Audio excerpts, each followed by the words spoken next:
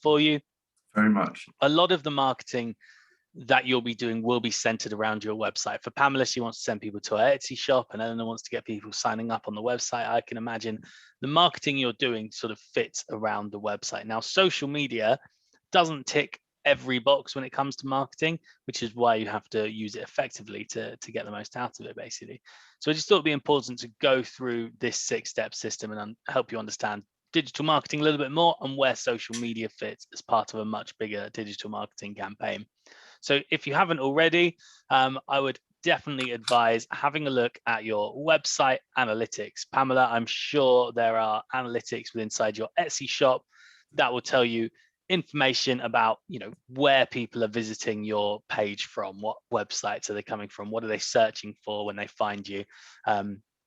Eleanor, you may have a dedicated website, and it'd be a good thing to get Google Analytics installed on there. One of the ways to use social media effectively is understanding which social media platforms are actually turning into sales and turning into conversions and turning into money for your business.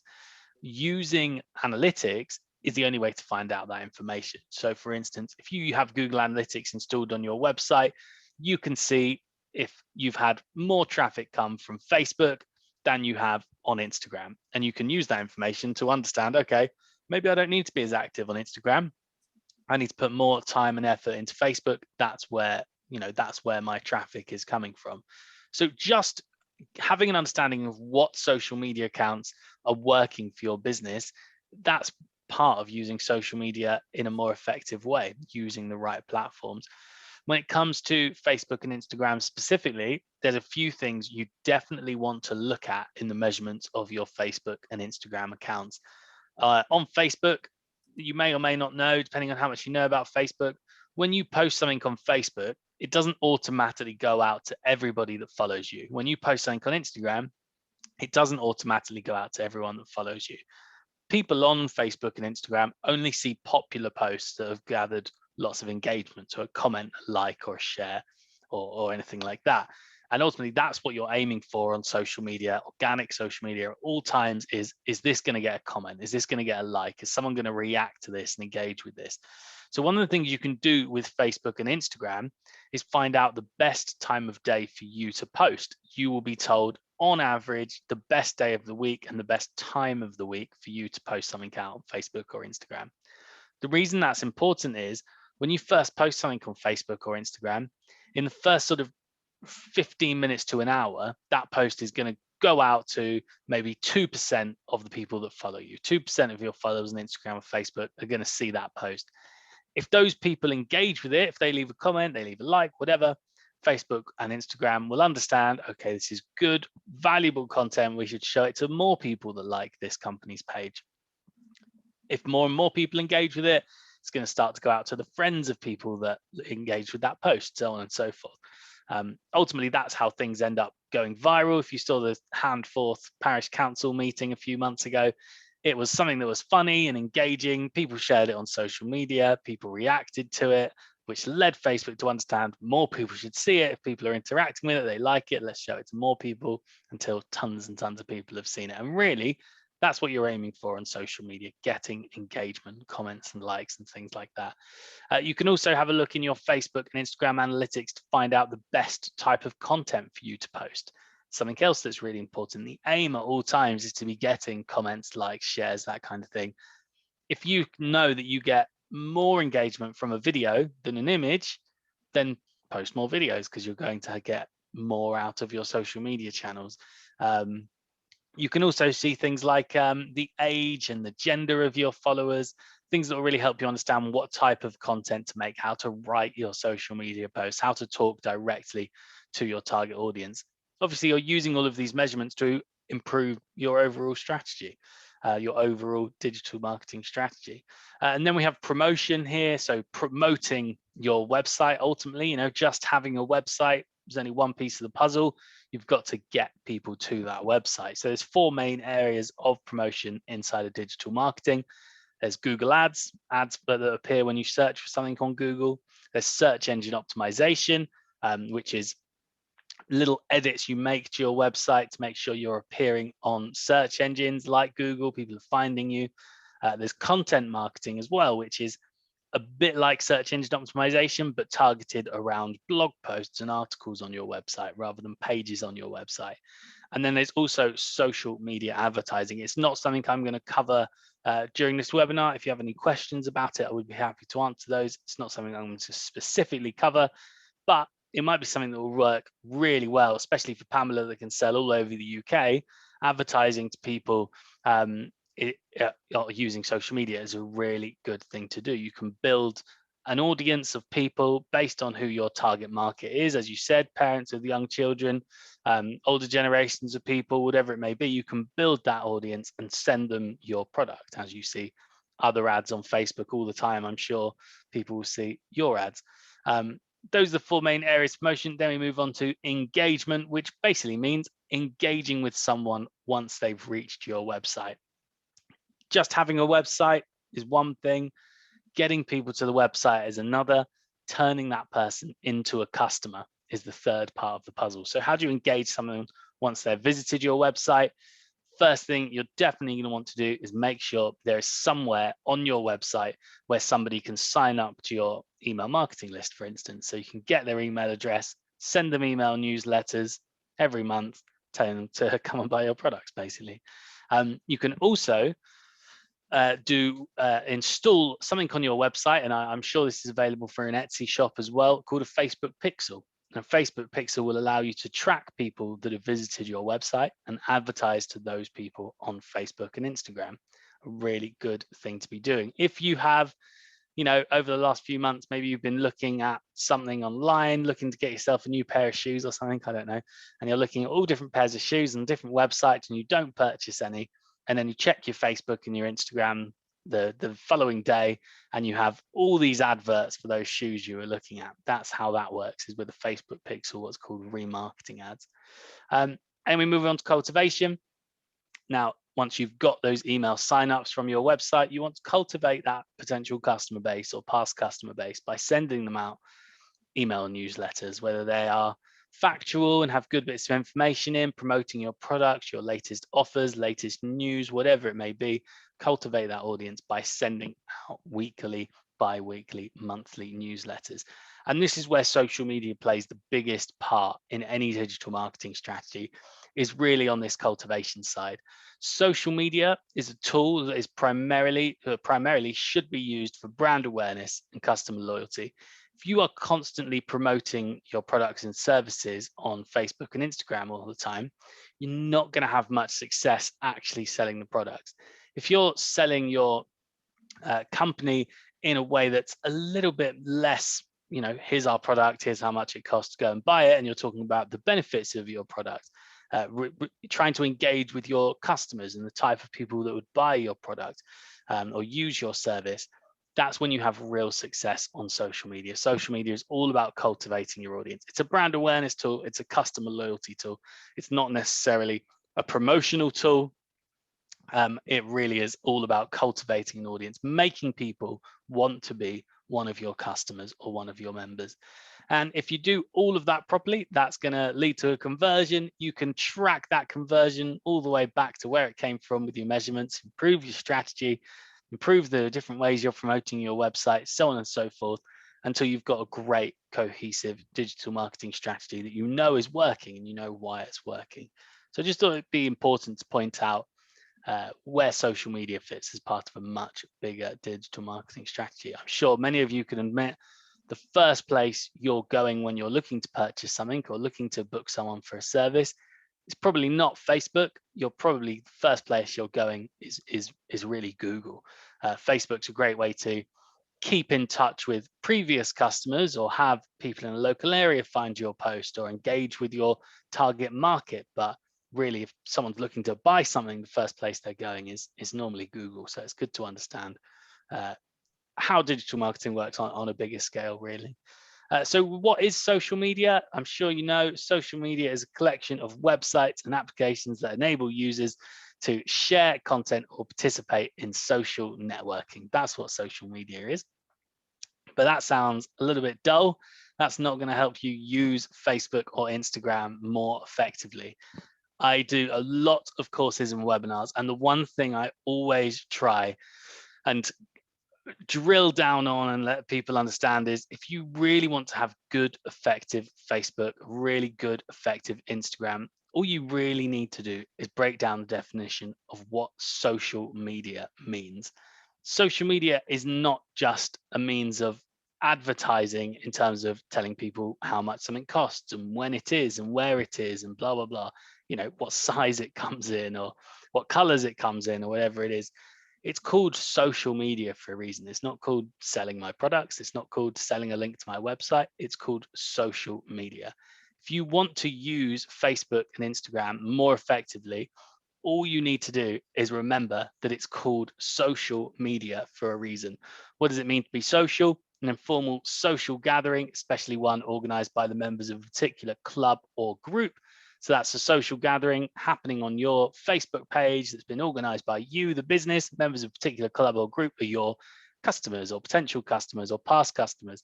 And media is any means of mass communication, like a video, image, audio, or article. If you remember that, you will have more success and get more of an effective use out of Facebook and Instagram.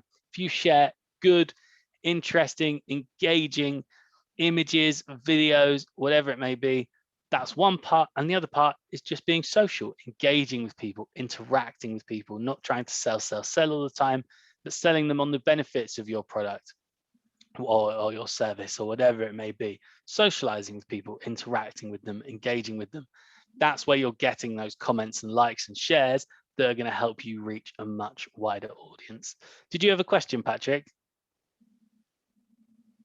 I can't hear you. No, I haven't. Okay, good stuff. Great. Great. So, as I said, I did a lot of consultations and webinars, and lots of businesses and brands forget that really social media can be this really simple thing.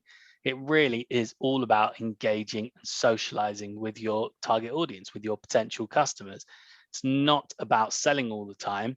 It's about socializing, interacting, engaging with people. That's the important thing about social media. That is because all social media platforms work on a system of reach and engagement. So engagement is a comment, like, share, or any other interaction someone has with your post. And the reach is the amount of unique timelines, or the amount of people that see that post. So the more engagement one of your Facebook or Instagram posts gets, the further it's going to travel and the more reach it has. The more reach it gets, the more chance there is of someone engaging with it in the, when they see it. Social media is about spreading awareness of your business. So that reach is absolutely vital to good, effective social media use, and engagement is vital to reach. That's why I'm saying it's all about understanding it's called social media. Is the image I'm putting out good, interesting media that someone would interact with? Is the way I'm writing my copy and my text on my Facebook status, is it conversational? Am I asking people to reply? Am I trying to get engagement, socialize with people, talk to people about something they're interested in? That is how you have more effective social media use. So 3 really simple questions for building an effective Facebook and Instagram strategy. The first one being, who are you targeting? Who are your target audience? What is your social media selling point? Why would people want to use your product or service? And when should you be posting on social media? So who are your target? Who are you targeting? Who are your customers? It's really important to understand that, because when you go out and socialize with people, you're probably changing the way you talk or the things you talk about depending on who it is you're talking to. Social media is exactly the same. Let's say you have a product that is aimed at teenagers. You're probably going to be using slang and abbreviations on social media and doing TikTok dances and all that stuff and being a bit silly on Instagram and referencing teenage interests and things that are fun on the internet, the things that are trending on the internet or whatever. But if you're making a very expensive bottle of champagne for an older generation of people with much more money to spend, and you're dancing around doing TikTok videos on Facebook, they're probably not going to interact with that content and with you in the same way that another target audience would be. You have to speak directly to your audience and share content that relates to them in order to use Facebook and Instagram more effectively. So think about who your target audience are and how you can create content, change the way you're writing in it to talk to those people directly. So for Pamela, if you are trying to reach young parents or whatever, what type of content can you make around your product that will make them understand, okay, this is a product that's for me, this is going to help me in some way? We're far more likely to interact with something if they know you're speaking to that person directly. Yeah, I understand. The other thing you want to think about is, what is your selling point as a company? It's not just about talking about how much something costs and how many sizes it comes in and how many colors it comes in, all that stuff. You want to outline your products and services, think about how you're going to display them, of course, but don't forget it is called social media and the content is key. You got to display your product how your customer would enjoy it, and think about these other things as well that are going to make you stand out as a company and really amplify the things that make your company special. Think about what you represent as a company. What makes your company yours? What is it that would make people want to buy from you or use your service compared to a competitor? What does it mean to be a customer of your business? What are your company's values? What's your unique selling point as a company? Why should someone be your customer and not someone else's customer? Really important things to think about. As I keep saying, social media isn't about selling all the time. It's about being conversational and interactive and engaging with people. So I'll give you a few examples based on these. I've been doing lots of work with different honey companies around Wales recently, so I'll give you an example based on one of those. Let's say got a honey business somewhere in North Wales, and they have to come up with 3 different posts to do every single week around these bullet points here. First one being, how are they going to display their products and services on social media? Now, I don't want to just post a picture of a jar of honey on a kitchen counter or in the kitchen cupboard or something like that, because it's not entirely interesting. It's not going to show my product in a way that a customer would be enjoying that product. If I'm going to promote my honey product, why not take some pictures of my honey being spread on toast or drizzled on some yogurt or Weetabix or baked into a cake or whatever it may be? I want to create lots of nice images that display my product in the same way that one of my customers would enjoy that product. So that's the first thing. That let's say he's going to do a post on a Monday evening. That's what he's posting on a Monday. Next thing I need to think about is, okay, what makes my company my company? What makes us special? One thing I might want to put across is that I'm a one-man band operation, doing it for the love of honey. I love bees, I love beekeeping, I love making great honey. And what can I do to show that? Well, I can take a picture or take a video every Wednesday in my beekeeping outfit next to my beehive, doing something or other. And maybe it's a video where I'm talking about the new product we're launching, or it's an image, and in the caption on the image, I'm talking about the food show we're going to be at that weekend, or how you can sign up to our mailing list, or whatever it may be. But by posting an image of me actually there doing something, showing I'm that one-man band operation, starting from the ground up with my honey business, it's going to make people want to be a customer. It's going to show people what makes my company stand out compared to other honey companies around Wales. And then last of all, I need to think about what I represent as a company and what our company's values are. And that might be something as simple as every Friday sharing an interesting fact about bees and the environment, or bees and ecology, whatever it would be. That's the type of thing where I could spend a couple of hours one afternoon, sat down on my laptop on Google, having a look for lots of good bee facts, lots of good information about bees and the environment, finding lots of good facts, putting them all together, saving them to a Word document on my computer somewhere, and every Friday share one of those interesting facts. Those are 3 content ideas that are very quick, simple, easy to make, but they're engaging. I'm not just showing a picture of a jar of honey. I'm showing my honey in the situation that the customer would enjoy it. It's the same as when you see an advert on television. You don't see a video of what's a good example, on an M&S ad or whatever. They're not showing you a picture of a chocolate cake in its packaging sitting in the fridges at Marks and Spencer's. They're showing you a slow motion shot of a knife slowly cutting through a piece of cake and being put onto a plate or whatever. They're showing you the product in the same way you would enjoy it. Social media should be exactly the same. Something as quick as easy as taking a photo of myself at work, doing something that my followers would be interested in, is going to really show that, what the company belongs to me, and that I run the company and I'm passionate about it. And putting across my values as a company and what we represent as a company is one of the reasons people would buy into the business and the brand and want to use us, because they know that we care about bees, and we know about bees in the environment. We know how important bees are to the environment. We're really putting our, I guess, brand across as a company, why you should want to be one of our customers. And I'm sure all of you can think about the benefits of your product or service, why people should be using it. And that's probably the first step, to come up with content that shows why people should be using your product or service. Yeah, so this goes, I sort of explained this already, but they are what I'd call content strands.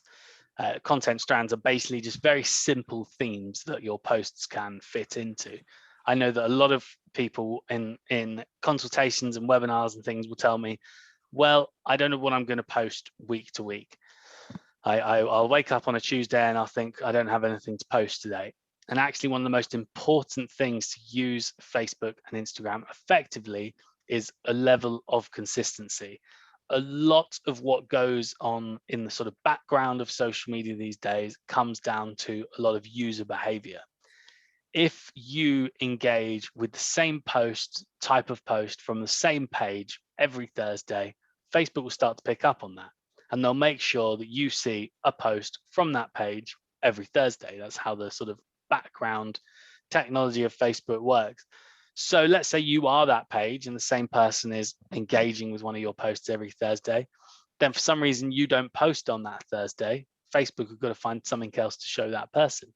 Now, if they engage with that post, next week when you post on that Thursday, they're not going to see your post. They're going to see this other page's post instead. So it's really important to have a level of consistency. So these content strands I'm talking about, they're really good from a sense of brand awareness. People see the same type of things week in, week out. They know it's come from you amongst all the other thousands of other things they've seen on social media.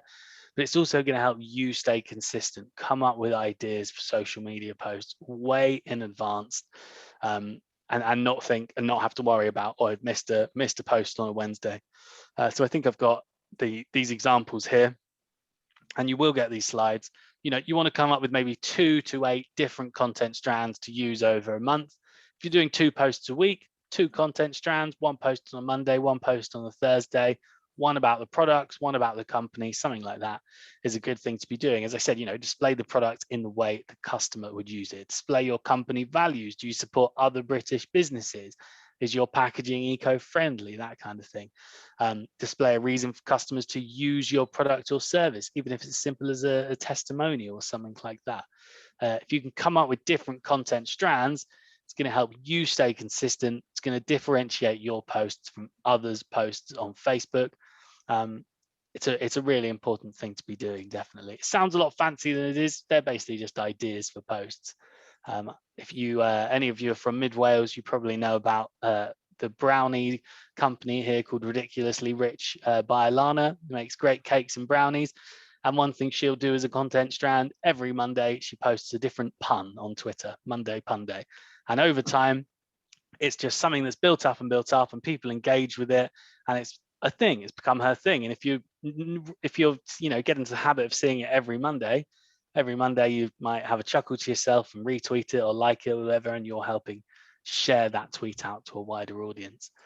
I got a few examples of good content good social media content. I want to tell you why it's good content. So there's 3 different options here, none of them necessarily around any of your businesses, but definitely things that you can take away. So one of the interesting ones on the top left here is from Innocent Smoothies. I'm not sure how much of it you can see, but I can zoom in a little bit. It's from Innocent Smoothies. Now this is a post, it's a fun, silly graphic of a Venn diagram that says around the outside, things that are full of knowledge, things that are found in sheds, and things that are good in a crisis. And it's got dads in the middle, and then around the outside, things like Wikipedia, spiders, spare pants, things like that. So it's good, engaging, fun, silly post. It's definitely sociable. It's definitely interactive. It's definitely engaging. But what makes it even more clever is that Innocent Smoothie is a brand that is particularly targeted at, I guess, children. You know, they make these little smoothie pouches to put in lunch boxes and things like that. Now they can't advertise to children because children aren't the ones going to Tesco and buying the food for their lunch boxes. So they've got to advertise to parents and young parents. And analytics show that young parents are most likely to be active on Instagram. So they are particularly using Instagram with a post that is referencing dads and mums on a platform where lots of dads and mums are going to be that lots of dads and mums are going to be using. And you can see on the comments on the right hand side now all these people saying this is true and tagging their other half or whatever because they find it funny. They're engaging with it because they're a young parent. And hopefully that means next time they're in Tesco looking for things to put in the kids' lunch boxes, they're going to think, oh, I'll grab a pack of Innocent Smoothies.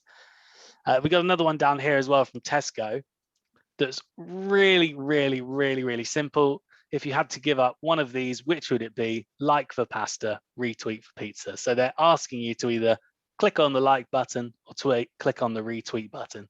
They're forcing you to engage with that post. But it's still around food that Tesco sell. And again, what they're hoping for there is you're walking home from work, you pop into Tesco and you grab yourself a pizza for your dinner. So it's not saying here's a link to all the pizzas we sell. It's a fun, interesting, engaging, interactive piece of content to do with food. And then same on the right hand side here is a tweet from Boohoo, which is a women's fashion label. And it's a sort of meme style format. Like a meme is like a sort of what is it, like a sort of I guess a little bit of a jokey sort of cartoon sort of internet thing. And it's a popular format where it says friend, get ready at mine, then it says me, and the woman that's the me with is standing there with a ginormous bag. Boohoo sell clothes. They're not saying in this post, go to this website, look at all of our clothes and go and buy them. But by doing a fun, silly piece of content that their young female target audience would definitely interact with and share, they're encouraging people to go to Boohoo and buy enough clothes to fit in this ginormous bag. Really, if you think about it, they're not, straight dead saying that. They're just they're hinting at it. It's a really good piece of content. It's on the right platform. The right target audience would find it engaging, and it's still about clothes, still about getting ready, still sells their product in a roundabout way, but in an interactive and engaging way. Oh, now I'm too zoomed in, aren't I? So when should you be posting on Facebook and Instagram? Covered this a little bit already. One of the things you want to do is check your analytics. In fact, I might even be able to show you if I can share my screen again for you, that any of you that do have, there you go, I should be able to share it now. For any of you that do have a Facebook page already, to find out the best time of day to post for your channel, you want to go into your Facebook page. In the left-hand side, click on Insights. Inside of Insights, there's a section called Posts. And within Posts, there is a tab called When Your Fans Are Online. Now, usually this is set to a Pacific time zone, so you have to do the conversion, but that's easy enough to do. But if I have a look on here on the InSync page, I can see that we have more people on our page on a Wednesday than any other time of the week. not much in it, but there's definitely more people online who follow us that are online on a Wednesday.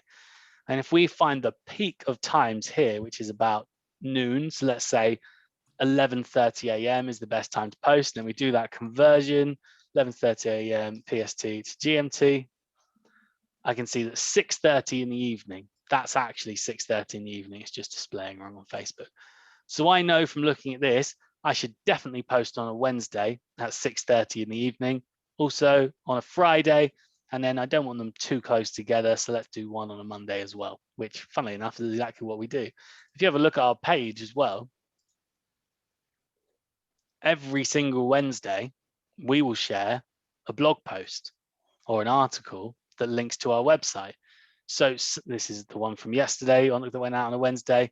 If you have a look at some of our other posts that are generally just more about how many consultations or webinars we've done, or testimonial images, a lot of those don't have links to our website because you don't want to do too many links to your website on social media because it will bring down how many people see the posts.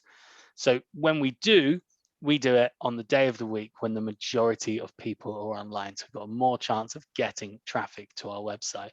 But definitely have a look at this. It's a good thing to have a look at. So check your analytics. Consistency is much more important than frequency. You have to be consistent with social media. The more consistent you'll be, the more consistent your reach will be week in, week out. I often tell people in the sort of hospitality industry, if you own a hotel or a B&B and someone comes around, a photographer comes around and takes 54 fantastic pictures of your property, there's no point putting all of those in a gallery on Facebook called Our B&B. That's going to be one Facebook post and then people see it for a couple of days and then it's gone. You could share one of those great images every Monday at 8 p.m. as your only post on social media throughout the entire year. And because of the consistency, you would reach a consistent number of people each time, get a consistent amount of engagement, and it would grow and grow and grow. You don't need to do your posts in real time. Patrick, if you're up at your vegetable patch and doing lots of bits and bobs and you get lots of great images in one day, as long as it's not completely out of season, nobody knows what's going on apart from you. So if you've got 6 great images to share and you've decided to only do 2 posts a week, you can share those over the period of 3 weeks. It doesn't have to be up to the minute. I know a lot of people use their own personal social media accounts to be very up to the minute, show exactly what they're up to and what they're doing. But as a business, you don't necessarily need to do that. You can save your images, save your videos, and aim to be more consistent. And as I mentioned already, your feed doesn't show you the most popular posts. It only shows you the most up-to-date. Your feed only shows you the most popular posts, not the most up-to-date posts. So there's no point doing 2 or 3 posts on Facebook in a day. You just want to do one really good one that gets engagement, comments, likes, and things like that. Lifespan of a post on Facebook is about 3 days, and the same with Instagram as well. I mean, I'm sure I can even show you if we have a look at Instagram on the Instagram main feed, we're probably not going to see any posts that have come out in the last hour or so. We've got one here that's from 23 hours ago, one here 22 hours ago, 4 hours ago, 18 hours ago, 1 day ago, 21 hours ago. I'm seeing those because they've got 36 likes, or they've got 8 likes, or they've got 14 likes and a comment. There's probably lots of posts that happened this morning that haven't got many likes, haven't got many comments, so I'm not seeing them. Instagram's not showing me them because it doesn't think they're good, valuable posts that more people should see. In fact, all of these are a day, aren't they? There we go, 28 minutes, it's only got 3 likes. That means I'm in the first 15, in the first small group of people that will see it when it first comes out. If I don't engage with this, it's going to stop other people from seeing it, so I might as well give it a like just to be nice. There we go. Where's my slides gone? There we go. Yeah, so check your analytics. They will tell you the best time of day and the best days of the week to post. Be consistent. If you think you can only do 1 post a week, that's absolutely fine. Just make sure every week you're posting at a similar time on the same day. So I've got some Facebook top tips and best practice and Instagram ones as well for you, and a little bit to go through on scheduling, and then we'll do a bit of a Q&A. Top tips and best practice for Facebook. You can like and comment on other posts as your business. So if somebody tags you in something saying, I just had these brilliant vegetables, they are fantastic, you can leave a like, leave a comment as your business page. People are going to see that. Hopefully they're going to come through to your page and give you a follow because they've seen how brilliant your product is. You can reply to your customers with automated messages. Now, this is a lifesaver for lots of businesses. If you are tired of customers asking you the same thing over and over again and always answering the same questions on Facebook, you can actually set up automated replies. You can have 4 frequently asked questions on your Facebook page. People can click on those and they'll get an automatic reply with the information they were looking for. So it cuts out you having to do some of that work. You can use Facebook to create adverts and boost posts. So you could create an audience of people within a 10-kilometer radius of where you are, interested in certain things. If you were making a product that was for vegans or something, I don't know, you could target vegans within your local area, whatever you want to do. Stick to a consistent posting schedule, which I've told you about. Don't post more than once a day on Facebook. That's an absolute golden rule. If you have to post more than once a day on Facebook, make sure they're a good 12 hours apart. And do as much as possible, try and use the inbuilt features within Facebook. If you can do, if you're, let's say you've got an offer on 50% off this certain product until Monday, you don't need to do an image and some text about that. There is an offers feature inside of Facebook where you can make an offer.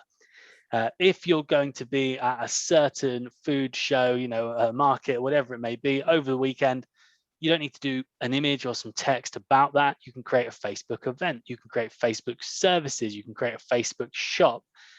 If you are doing anything that could be done using a Facebook inbuilt feature, it's worth doing. If you use those features rather than just do images and text or website links, more people are going to see them because Facebook want to show off their features basically. So try and use Facebook events if you're running an event or going to an event or at an event. Use Facebook shops when you want to display your product. Use the offers feature, use the services feature as well. It will help more people see the posts. Did mention this, but I think only once. Don't include too many outbound links in your post. The more links you include in a Facebook post to another website, the less people are going to see your post. There's 2 reasons for that. Facebook can't advertise to people if they're not on Facebook, and that's how they make their money.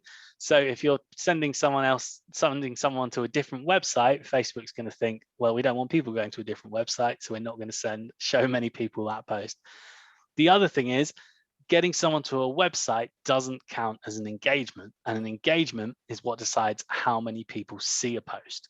So if the goal of your post is to get a comment or a like, it gets a few comments and likes, it's seen by more people, it gets more comments and likes, it's seen by even more people, so on and so forth.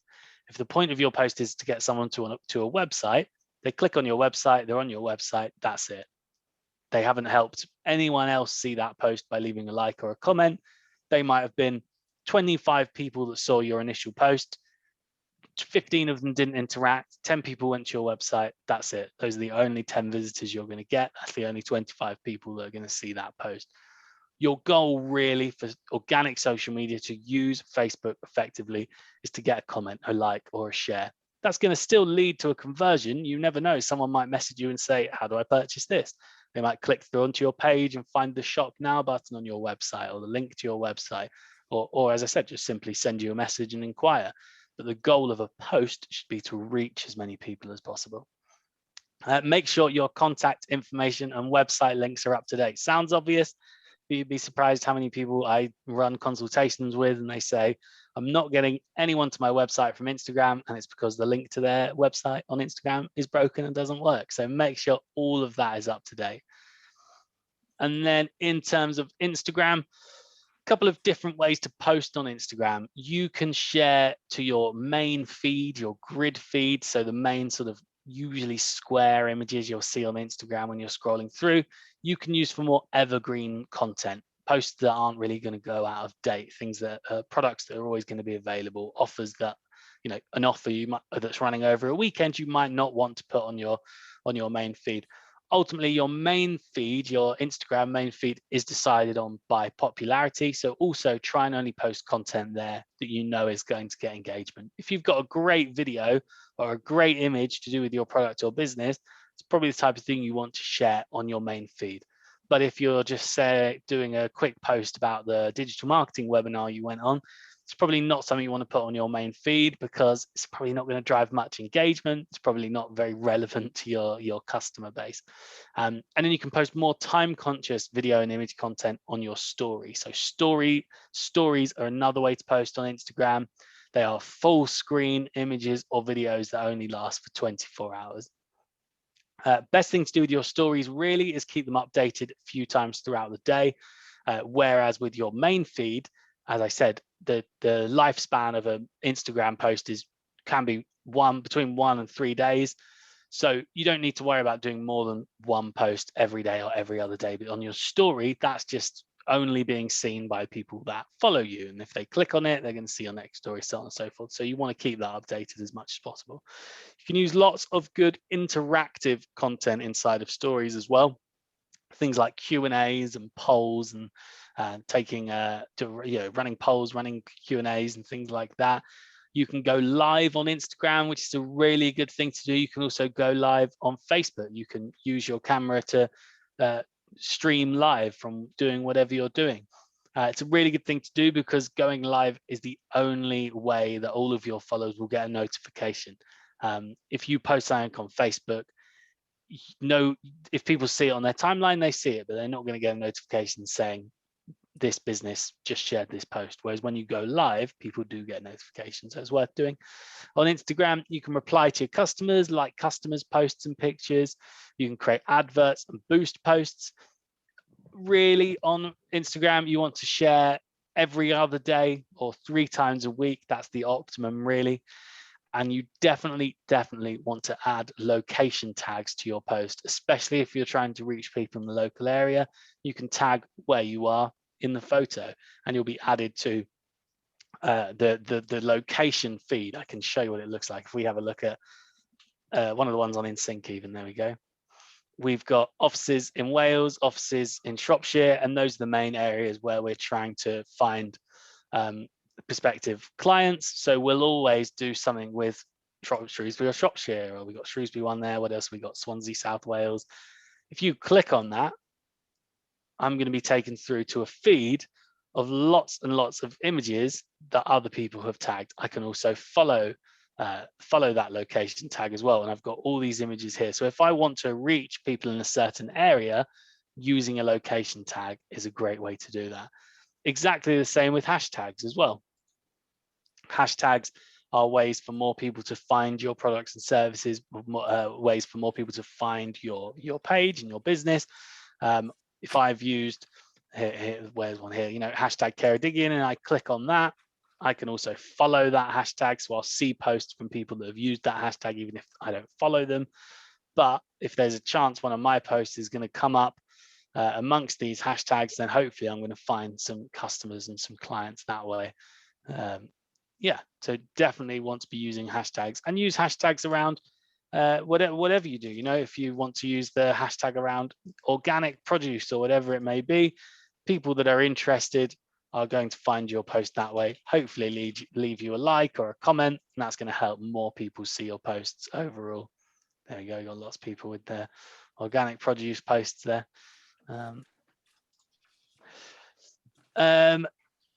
Yeah, and you can find popular hashtags on Instagram and Facebook Creator Studio just by typing in the first bit of a keyword. I'm not sure if it works on this Instagram desktop app, but if I type in organic produce or whatever, yeah, I've got the top hashtags. So products, produce, products, protein, props, products, pH, or whatever that is. So what's popular and what hashtags people are using, because they'll sort of automatically come up on Facebook for you to see. Now, one of the ways that I will stay consistent with my posts is by building schedules way, beforehand. You don't absolutely have to do this, but it's well worth doing. So this helps me stay consistent. It saves me loads of time as well. I'll make something like this on the last weekend of every month, and then I can schedule all of my posts to go out automatically and I don't have to worry about posting day to day. So you can see I've got my content strands in one channel. I've got my 4 different content strands. So I need to come up with 2 bits of content for each per month. I'm going to do an image or some text or a video or a GIF as the contents go with that. I've got a good mix of different kinds of content there, which is good for the algorithm. I've written out my copy way in advance. I've got my emojis in there, my hashtags in there, what platforms I'm posting it on, what the best time of day to post per day is as well. All that information is there. It might take me 2 or 3 hours to make something like this, and then half an hour to an hour to actually schedule those posts. So once you've done that, you can use lots of different scheduling tools, but the best one to use for Facebook and Instagram is called Facebook Creator Studio. And it is as simple as going to Facebook Creator Studio, which is facebook.com/Creator Studio. It will prompt you to set up an account if you haven't already. And if I want to do a post for InSync in a few weeks' time, I just click on this big green Create New button. It's going to slide out from the right, looking as a normal Facebook page would. And I can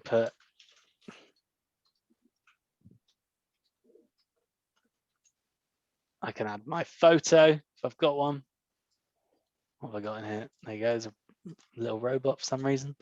And then all I need to do is click on this button here next to Share Now, this little arrow, and click on Schedule instead. And I can say, okay, I want this post to go out on the first Friday of June at 8 o'clock in the morning. And I can hit schedule, and that will automatically go out. If I've got 8 posts to do already made in my little document here, all I'm doing, finding my image, copy and pasting that text, putting it in. Oh, okay, going out on Facebook and Instagram at 12. So that's what I'll set this to, Friday, 12, or whatever it would be, hit schedule. It will make your life so much easier, and it's a really good way to stay consistent with your posts. I think that's more or less everything. But if you've got any questions about Facebook or Instagram at all, I'd be happy to answer those for you now. Thank you, Charlie. That was really informative. Good stuff. And really helpful. Anybody, any questions at all before we draw to a close? Has that been helpful? Is that the sort of information you're looking for? Don't forget, you can, if you want to explore further, we can book you a one-to-one session with Charlie. Yeah, absolutely. And that's where you can really drill down and have a look at your own social media and website. So just give us a shout if you want to follow up with that. I was wondering about scheduling stuff for Instagram. Is there a way of doing that? Yeah, absolutely. So you can use Facebook Creator Studio for that as well. All you do once you've set up your account, you've got the little Facebook logo at the top, little Instagram logo next to it. You click onto Instagram and you can schedule for Instagram in exactly the same way. Oh, fab, thank you. Yeah, it's really good.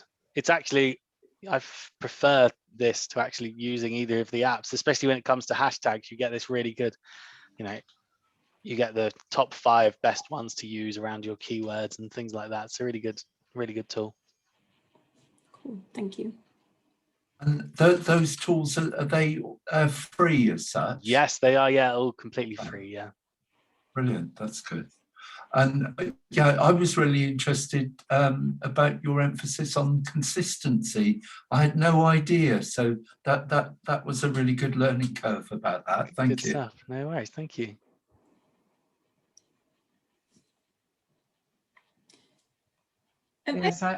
Sorry, go on, Eleanor. About photos that you've used before for Facebook posts. Yeah. I was advertising a lot of classes and stuff for the leisure centre. I found that if you go into all the photos on the page, it's quite repetitive with some of the same ones coming up. What's the best way of kind of, is it best just to file them into different albums? Yeah, you could do. I mean, as long as there's like a big gap between posting the same photo twice, I don't think it's too much of an issue.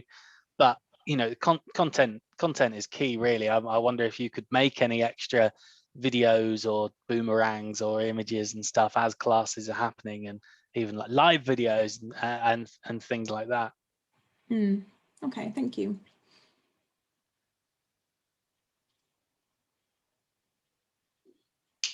Good stuff. Well, if you Anything do have any else? more questions, you can book a consultation with me and we can go through any of those bits and bobs there. Thank That's you. lovely. Brilliant. Thanks so That much was for joining the great. webinar. That's Thanks very great much. timing. Thank you, Charlie, you. and thanks everybody for joining us. See you soon. Thank you, Thanks. Sarah. Bye now. Bye.